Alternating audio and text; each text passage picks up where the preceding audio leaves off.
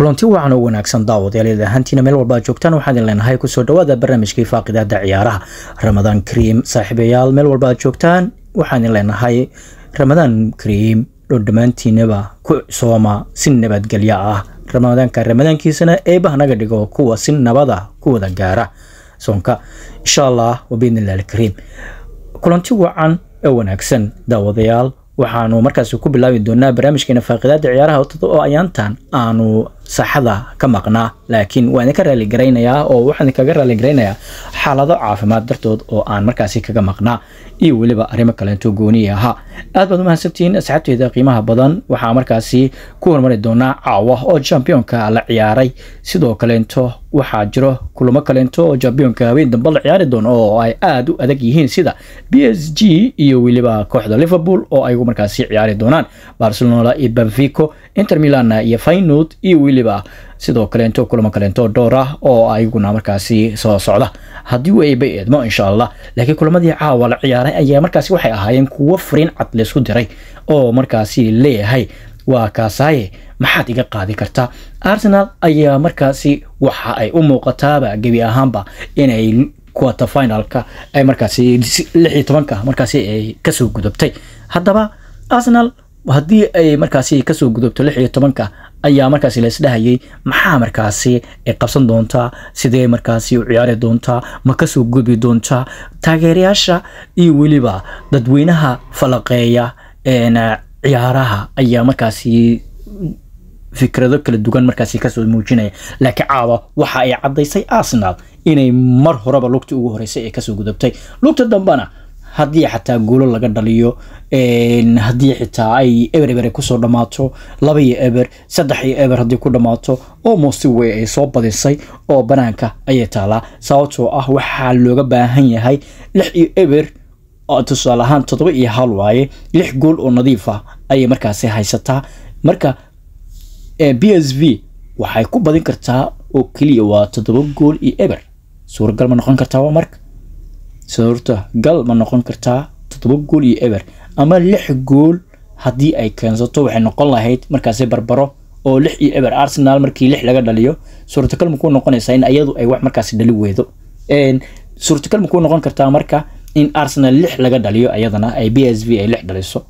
kulanka maadaama kulamka ayadoo hadeertan home ay ahayd PSV in the Hoven ay markaas awood u yeelan weeday inay markaas burburiso difaacyada iyo qadka dhexe ee Arsenal ee markaas ciyaartooydooda ah haddaba ma suurtagali kartaa marka ayadoo safar ku timid magaalada London ee dalkaas Ingiriiska ay ku ciyaareyso stadiumka ay Arsenal ay leedahay Emirates Stadium in markaas taageerayaasha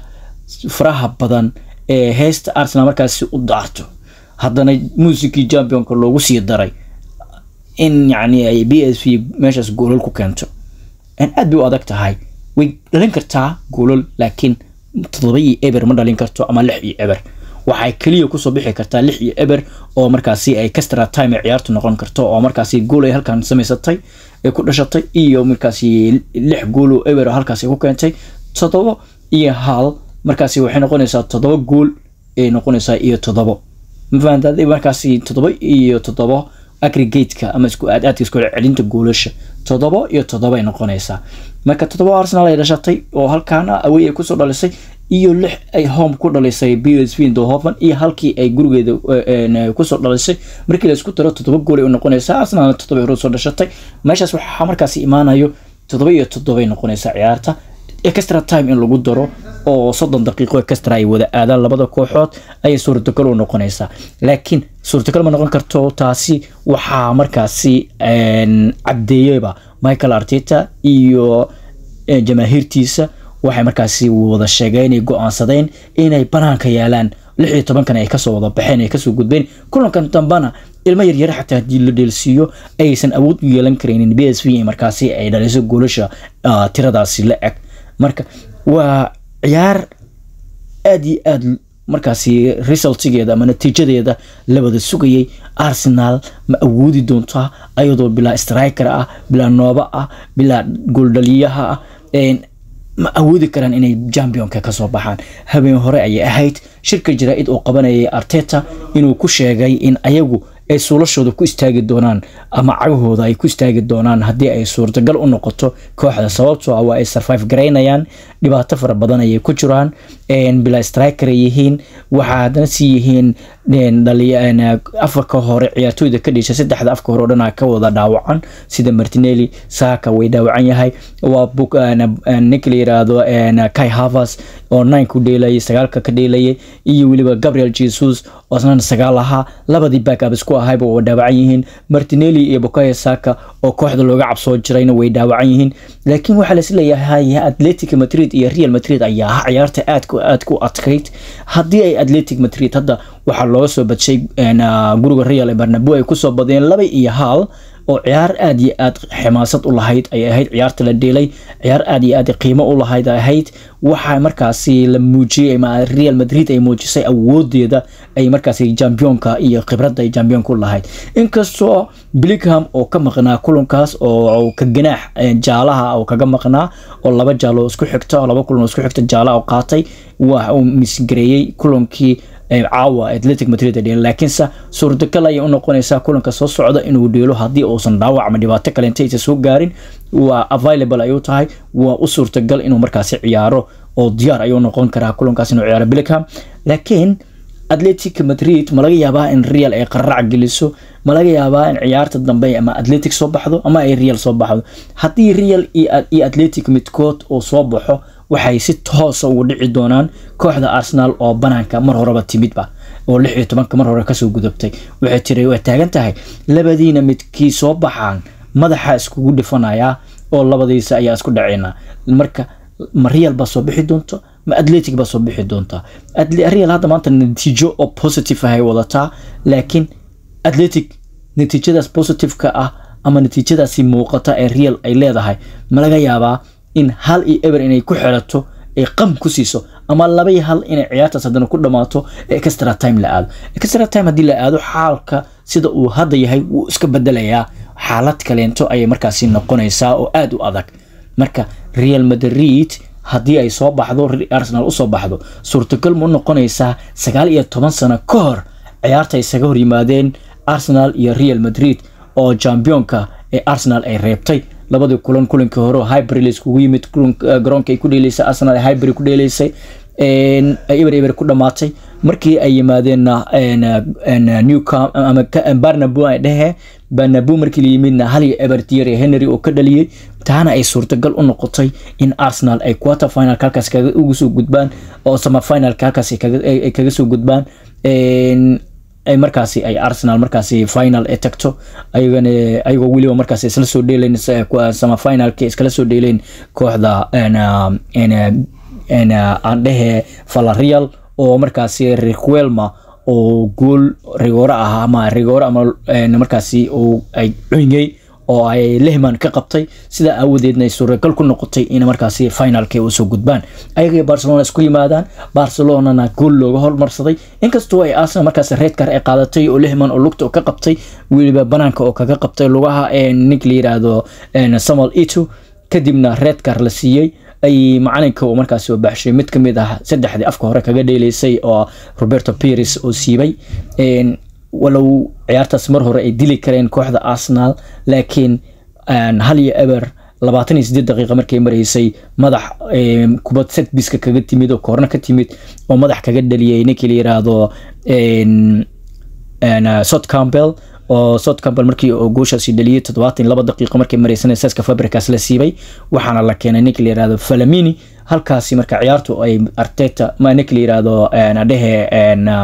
Arsene Wenger oo kaga dheelay ciyaartaasi asigoo guul ku lahaadii oo ku hayl lahaa waa kaliya qaladaadkiisa ugu weynaa ee koobkaasi oo kaga guul dareystay ay ahayd inuu bedelo Cesc Fabregas oo ku bedelo ninkii la yiraahdo Flamini wuxuu lahaa burburiyo waayo xogaa kubadda dhaxdu ilaalinaya laakiin Iniesta iyo Fabregas waxa markaas taagnaa dhaxdaas Iniesta iyo ninkii la yiraahdo Xavi Hernandez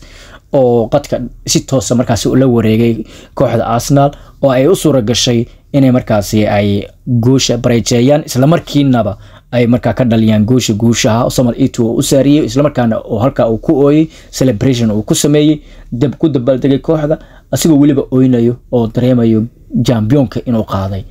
marka aad bay u adkaatay Arsenal markaas inay ka soo laabato goosha labaad ee laga saaray inay bareejayso sababtoo ah one man down ay ahaayeen ciyaartuna markaas waa laga gacan sareeyay oo qadkii dhexe ay iska baxsheen Cesc Fabregas oo kubadana dhisayay dhaxdana haayay oo isku haayay ciyaartooyda qadka dhexe iyo waliba ciyaartooyda afka horaba marka aad bay u adkeyd hadday soo baxdana waxa laga yaabaa marka hadda Real hadday u soo baxdo inay markaasi ay Arsenal xaaladda hadda la joogo ciyaartooyda Bukayo Saka waxa soo laabanayo Bukayo Saka Gabriel Martinelli soo laabanayo waxa laga yaabaa markaasi Martinelli iyo Bukayo Saka hadii uu afka hore oo saarto dan Trossard laga dhigayaa number 9 sida hadda maadaama Michael Merino laga dheelsiinayo number 9ka hadhow Trossard ayuu markaasi dheelsiin karaa hadii labadaasi ciyaartooy ay dib ugu soo laabtaan kulanka ay wada ciyaarayaan kulay lugtaasi waxa laga yaabaa inay isla dheelaan April dhaxdeeda ama maalmaha ugu horeeyay April inay tahay hadii dhamaadka Mars ay noqon weydo April dhaxdeeda laga yaabaa marka aad baad u maasantiin daawadayaal wixii commentiya waxaan rajeynayaa inaad hoos noogu soo qortaan hadii ay Arsenal iyo Liverpool waxa la yiraahdaa hadii ay Real ay soo Arsenal ay soo baxdo ay Real soo reebto Liverpool ayaga isku imaanayaan Liverpoolna way reebaysaa sida markaasi dadka analysis-ka sameeyayo ama ka hadla ciyaaraha iyo natiijooyinka resultiga ka soo baxa